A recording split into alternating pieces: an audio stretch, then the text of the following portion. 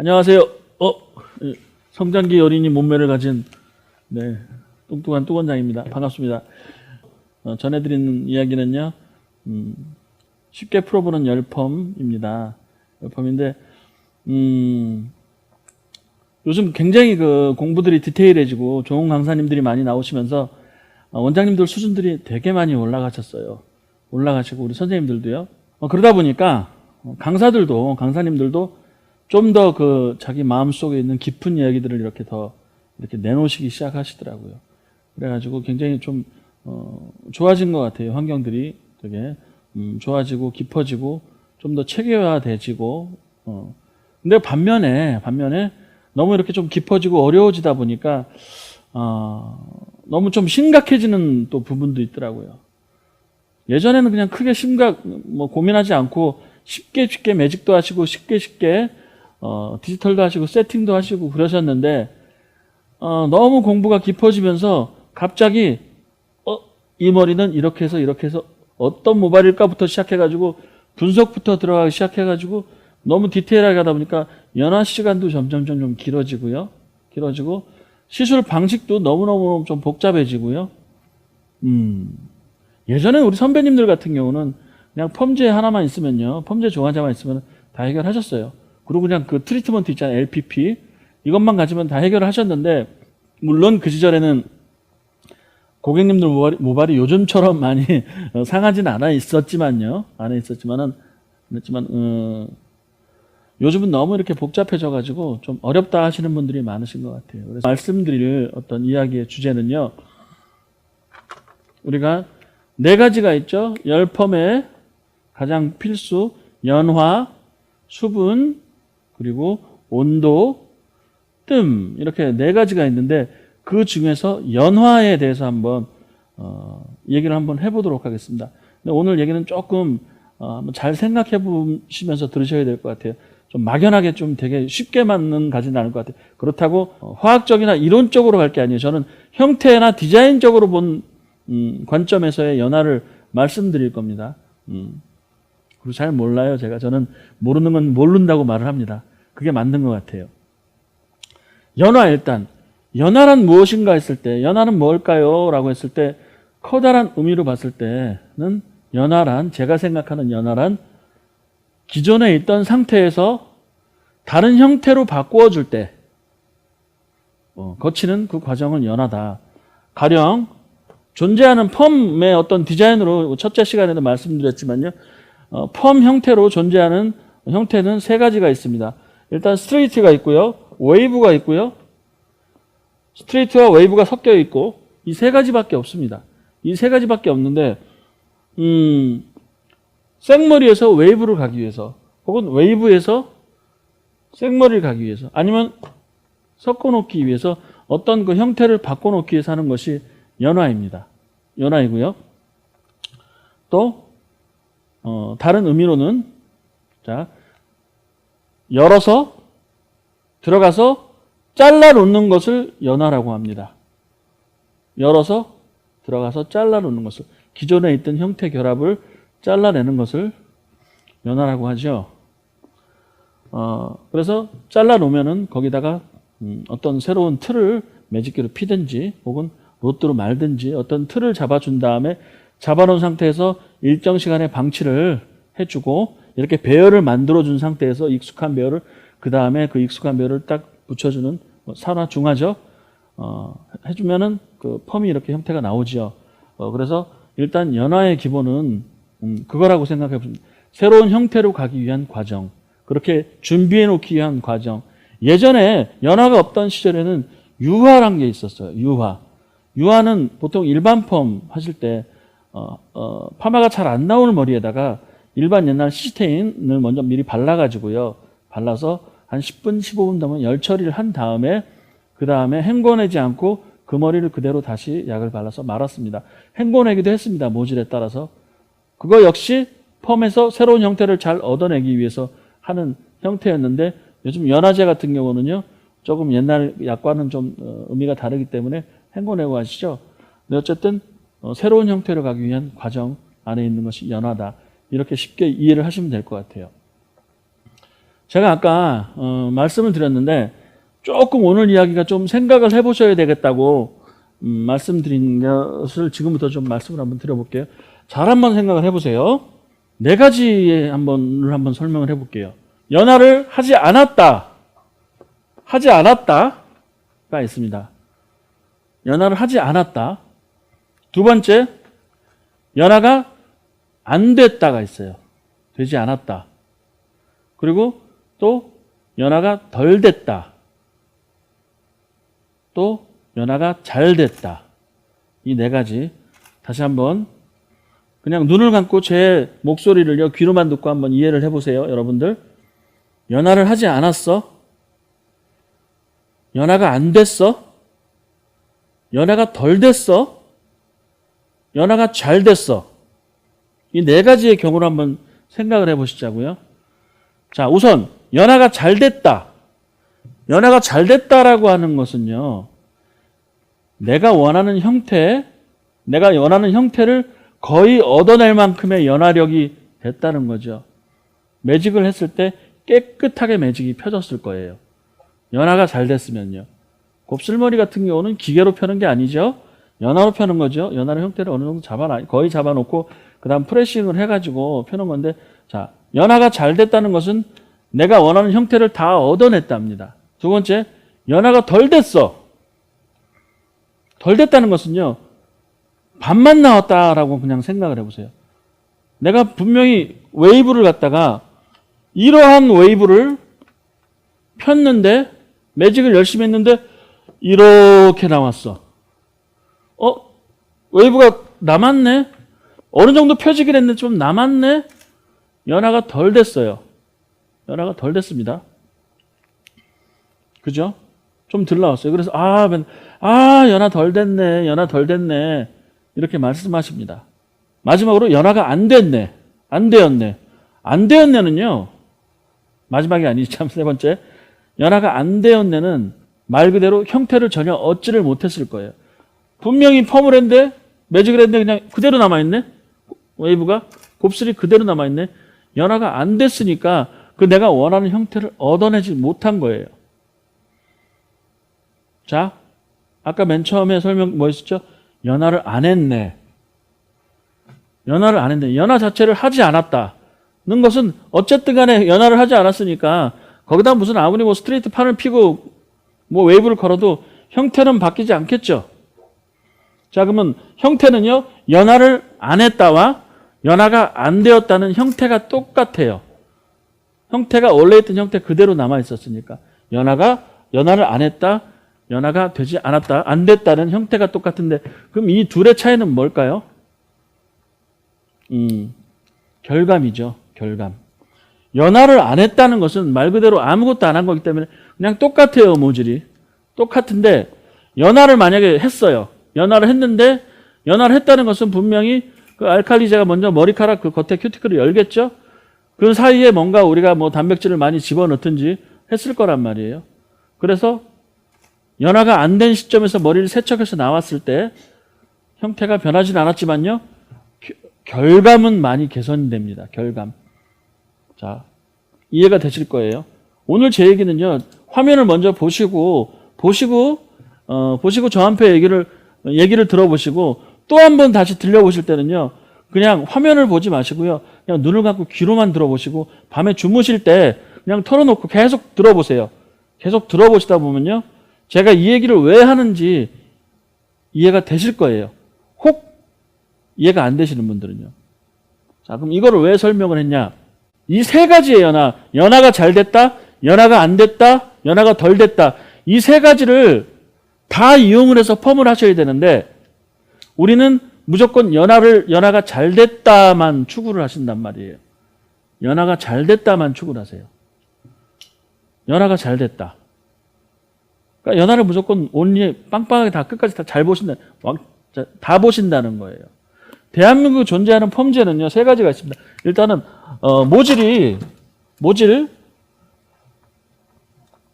모질은 세 가지가 있어요. 건강모가 있고요, 손상모가 있고요, 많이 상한 극손상모가 있습니다. 이 세 가지가 존재를 해요.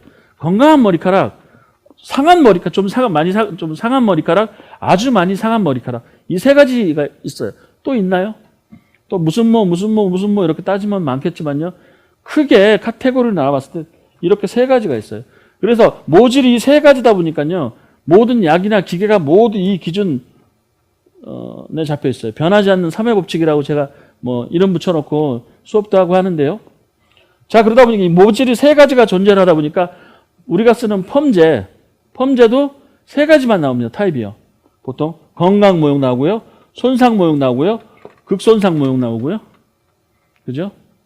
물론 이 건강모에서 하나 빠져나온 게 특수모용 혹은 저항성용 이렇게 나오는 약이 있습니다.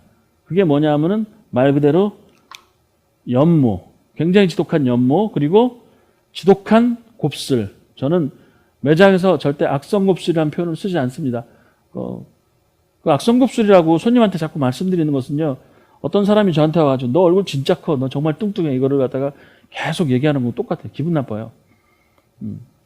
아주 특별한 곱슬들, 정말 잘 안 펴질 그런 곱슬들한테 쓰는 약들을 저항성모라고 하는데 일단 그건 제껴도 걔는 건강모예요. 이게 세 가지가 있어요. 또 우리가 펌기, 세팅 펌기, 디지털 펌기를 보면요. 단추가 보통 세 가지가 있습니다. 그것도 보면요. 건, 손, 극 이렇게 세 가지가 있어요. 왜? 모질이 세 가지니까 그거 다 그렇게 정해져 있는 거예요. 이렇게 맞춰가지고. 그래서 연화를 갖다가 이제 뭐 그 다음 시간에 좀 디테일하게 더 이제 들어가겠지만요. 보통 대한민국에서 제가 뭐 바깥에서 수업을 나가거나 원장님들한테 여쭤보면요. 보통 건강한 머리에다가 건강모를 가지고 약을 발랐을 때 연화가 되는 시간이 몇 분이든가요? 이렇게 질문을 하면은요. 다 똑같아요. 전국이요. 15에서 20분입니다. 건강한 머리에다가 건강모용을 발랐을 때 연화가 잘 되는 시간. 연화가 잘 되는 시간은 보통 15분에서 20분이에요. 자, 그래서 손상모 같은 경우는요. 손상모에다가 손상모용 약을 발랐을 때 연화가 되는 시간이 그것도 15에서 20분이에요. 그렇게 만들어 놓은 약이 손상모예요. 쉽죠? 극손상모 같은 경우는요. 약을 발랐을 때 15분 혹은 20분을 갖다가 과연화가 되지 않고 버틸 수 있도록 만들어 놓은 게 극손상모용 펌제라고 보시면 됩니다. 모든 그 약들의 어떤 데이터들이요. 15에서 20분 정도로 이렇게 크게 잡아놨어요. 데이터로 잡아놨어요. 대한민국의 그 무수히 많은 미용사들의 각자의 그 데이터를 어떻게 맞춰놔요, 그걸. 그거 못 잡습니다. 그걸 갖다가 커다란 어떤 전체적인 어떤 통계나 데이터로 잡아놓으신 건데, 옛날에는 우리가 연화를 보시면 말이에요. 연화를 보시면은, 맨 처음 나왔던 연화 테스트법이 땡놔법이라고 있죠. 땡놔법. 이게 땡겼다가 놔보기. 이게 다시 수축되는 감도를 봐서. 그리고 그 다음 나온 게 이렇게 뭐 거미줄처럼 펼쳐보는 분도 계셨고요. 이렇게 리치감을 잡아가지고 세워보는 분도 계셨습니다. 요즘은 가장 많이 쓰는 방법이 로또를 미리 말아 놓으시죠. 로또를 미리 말아 놓으신 다음에 좀 어느 정도 방치 시간 두고 풀러가지고 그 컬의 탄력도를 보고 연화가 됐는지 안 됐는지를 갖다가 확인을 하셔요.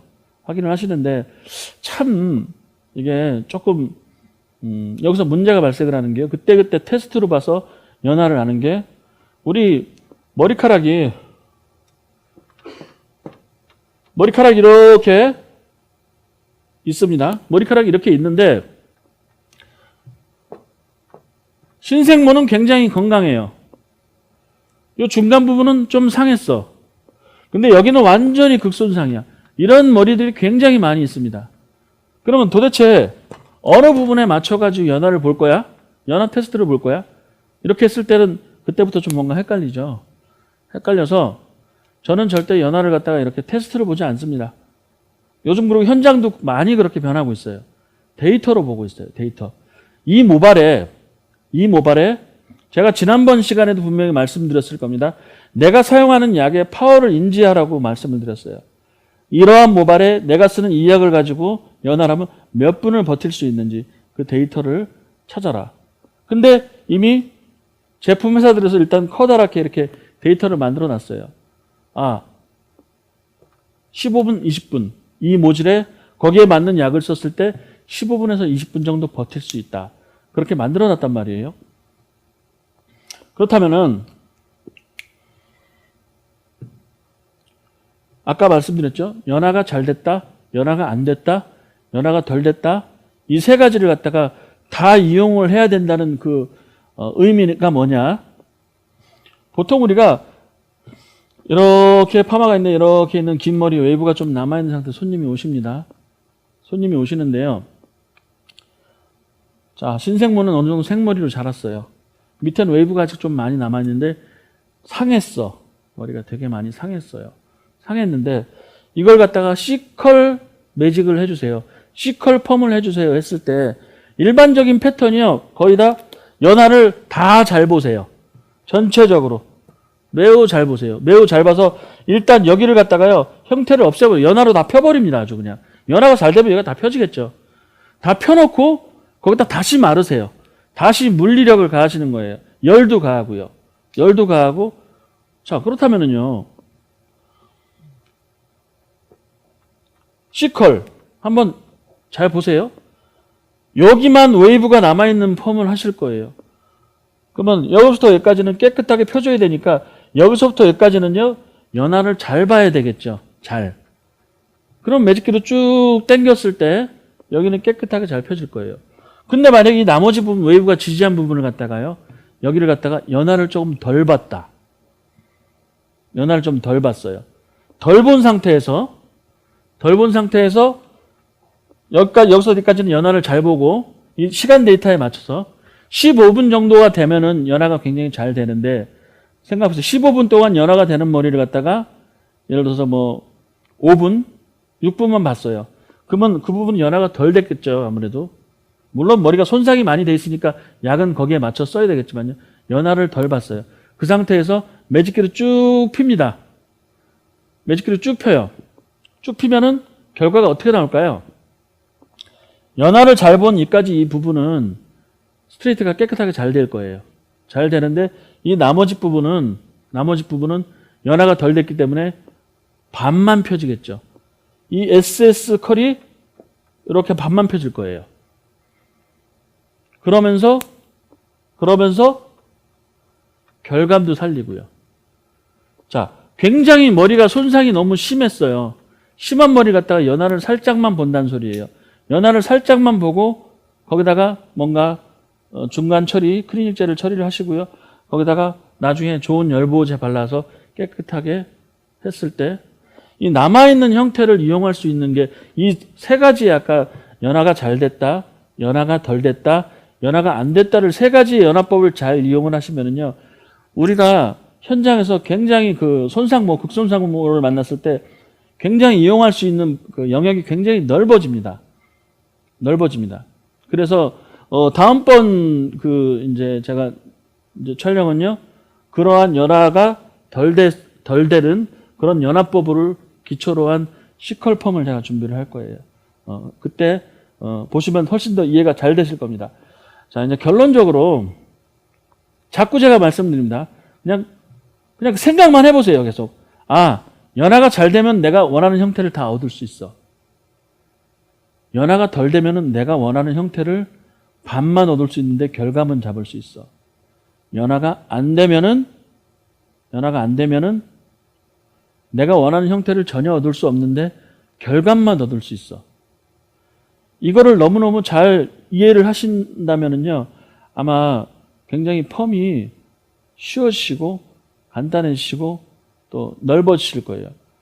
뭐 사실 저는 개인적으로 복구 펌 뭐 이런 표현보다는 결 개선이 맞다고 생각하는 사람입니다. 어차피 입장들이 다 다른 거니까요. 틀리다는 게 아니에요. 절대 틀리다는 게 아닌데 어차피 한 번 죽은 머리카락은요. 다시 살리기는 제가 생각하는 최고의 클리닉은 커트예요. 커트 잘라내는 거예요.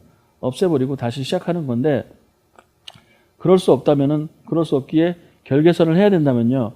굳이 굉장히 손상이 많이 된 머리를 갖다가 연화를 다 잘 봐가지고 연화를 잘 본다는 건 정말 그죠? 연화를 잘 보는 것까지는 좋은데 그 연화를 잘 봐놓고 다시 새로운 형태를 주면서 물리력과 속이 빈 머리카락에 물리력과 어떤 그 열을 가했을 때 오는 그 데미지가 훨씬 더 강할 수 있다는 거죠. 기존에 남아있는 형태를 잘 이용하거나 중간중간에 새로운 형태를 줄 수 있는 어떤 그런 부분만 연화를 한다면은, 그런 연화법을 잘 이용을 한다면은 여러분들 되게 많이 넓어지실 거예요. 오늘은 제가 여기까지만 설명을 드릴 건데, 다음번에는 시술을 하면서 조금 더 디테일하게 좀 자세하게 한번 설명을 한번 해보도록 하겠습니다. 감기 조심하시고요. 네, 뚱뚱한 뚱원장이었습니다. 감사합니다.